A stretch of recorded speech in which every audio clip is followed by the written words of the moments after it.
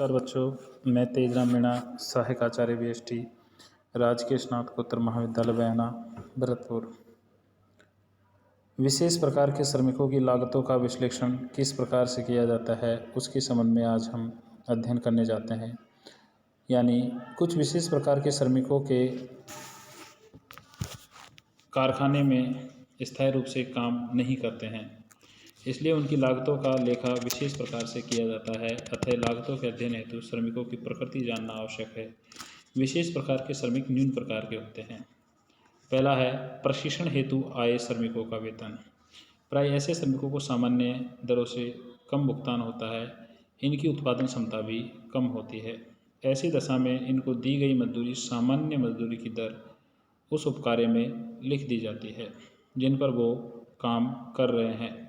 यदि इन श्रमिकों द्वारा काफ़ी कम उत्पादन हो और सामग्री का व्यय भी अधिक हो तो सामान्य दशा में होने वाली लागत को ही उपकार्य लागत में सम्मिलित करेंगे। अतिरिक्त राशि ऊपरी व्यय मानेंगे। यदि ये उत्पादन न करे तो दी गई सारी मजदूरी ऊपरी व्यय मानेंगे। इनकी मजदूरी का 50% ऊपरी व्यय व 50% प्रत्यक्ष लागत माना जा सकता है। अब है आकस्मिक श्रमिक को इंग्लिश में कहते हैं कैजुअल वर्कर।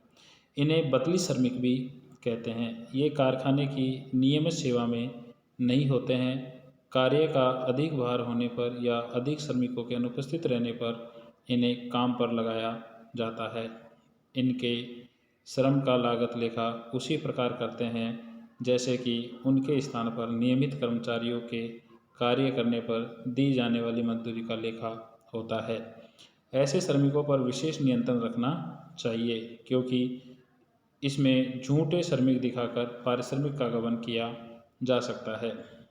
अब है कृत्रिम अथवा भूता श्रमिक, गोस्ट वर्कर। जब किसी कारखाने में मिथ्या रूप से कुछ श्रमिकों को मास्टर रोल पर दिखाया जाता है परंतु वास्तव में ऐसे श्रमिक संस्था में कार्य नहीं करते तो उन्हें भूता श्रमिक कहते हैं। भूता श्रमिक अथवा बोगस श्रमिकों को कार्य पर दिखाने से संस्था के धन का दुरुपयोग होता है। अतः प्रत्येक संस्था श्रम लागतों पर नियंत्रण स्थापित करने के उद्देश्य से पूरा प्रयास करती है। इस प्रकार से धन की चोरी को रोका जा सकता है। नेक्स्ट है भारी श्रमिक। इनसे आशय निम्न दो प्रकार के श्रमिकों से होता है, यानी घर पर काम करने वाले श्रमिक और ग्राहक के निवास स्थल पर या कार्यस्थल पर जाकर काम करने वाले श्रमिक।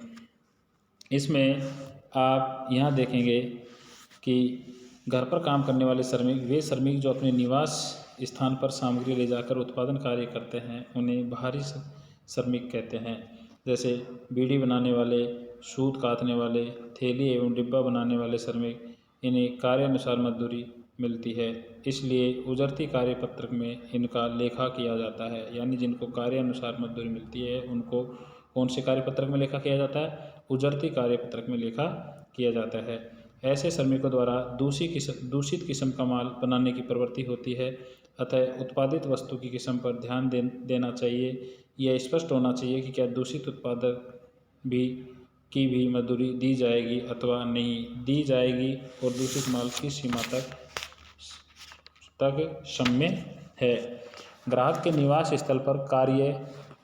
स्थल अथवा कार्यस्थल पर काम करने वाले श्रमिक, वे श्रमिक जो ग्राहक के निवास स्थल पर जाकर काम करते हैं उन्हें बाहरी श्रमिक कहलाते हैं। जैसे नल, बिजली की फिटिंग वाले, मरम्मत आदि कार्य वाले। ऐसे श्रमिक ग्राहकों के यहाँ लगने वाले समय को अधिक बता सकते हैं या उनसे प्राप्त पारिश्रमिक कम बता सकते हैं, इसलिए इन पर पूर्ण नियंत्रण रखना चाहिए।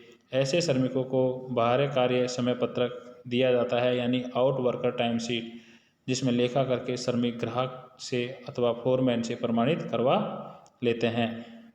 नेक्स्ट है अधिकारियों की लागत का विश्लेषण। अधिकारी वर्ग व संचालकों को दिए गए वेतन, बोनस, कमीशन आदि की लागत का विश्लेषण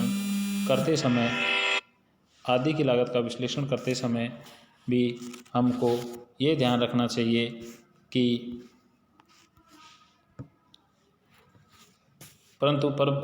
विश्लेषण करते समय भी उसी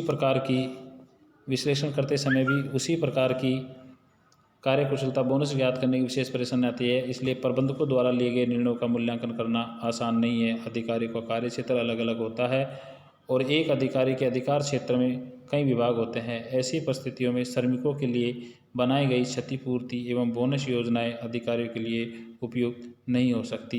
प्रबंधकों के कार्य का विवरण बनाना आसान नहीं है, अतः कार्य मूल्यांकन कार्य कुशलता नहीं मापी जा सकती। प्रबंधकों में भी अलग अलग कुशलता व अपेक्षाएं रखने वाले व्यक्ति होते हैं। प्रबंधकों में कार्य प्रशंसा व पदोन्नति की चाहत अधिक होती है। श्रमिकों में आपस में कार्य कुशलता में इतना अंतर नहीं होता जितना कि विभिन्न प्रबंधकों की प्रबंधकीय क्षमता में होता है। अकुशल श्रमिक से संस्था को उतनी हानि नहीं होती जितनी हानि एक अकुशल या असंतुष्ट प्रबंध से होती है। प्रबंध कार्य से संतुष्ट न होने पर हड़ताल व नारेबाजी नहीं करते, बल्कि काम में कम रुचि लेना शुरू कर देते हैं। कल बच्चों हम श्रम निकासी व श्रम फेर लागतों का विश्लेषण के संबंध में हम पढ़ेंगे।